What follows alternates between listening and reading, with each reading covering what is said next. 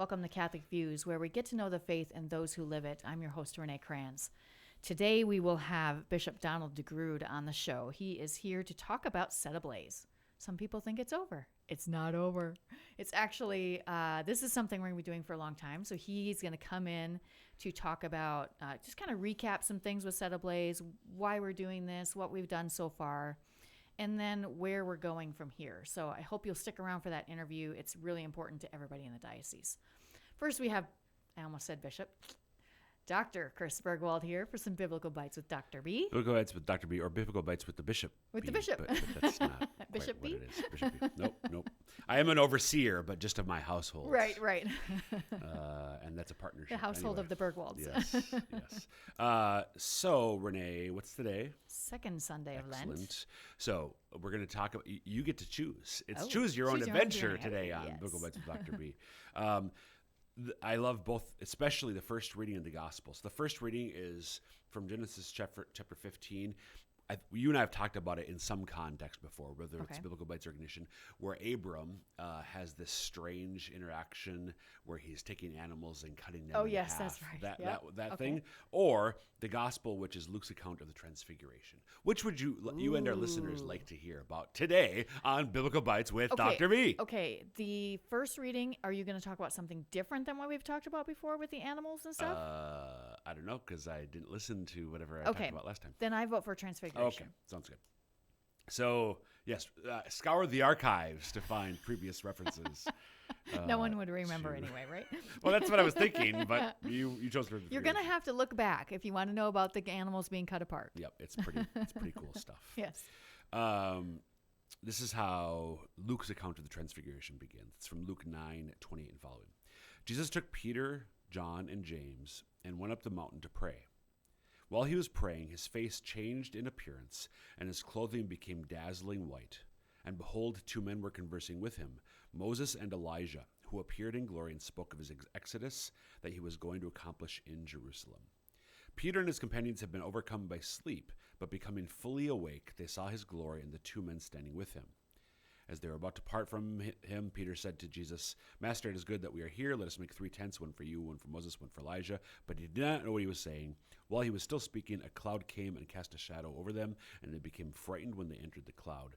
Then from the cloud came a voice that said, "This is my chosen son. Listen to him." After the voice had spoken, Jesus was found alone. They fell silent and did not at that time tell anyone what they had seen. So I wanted to read the whole thing, although I got quicker, as I am wont to do, just so people hear all of it. I know you'll hopefully hear it at Mass as well. A few things. So to be clear, the fact that we're hearing this during Lent is by the church's choosing. Right. God did not require it. So I think we should reflect on the fact that the church already early in Lent is putting before us the Transfiguration. So the Transfiguration in the context of Jesus' public ministry was there to remind the apostles, or to remind, but also to give a hint to the apostles that there's more to Jesus than some guy. Yeah.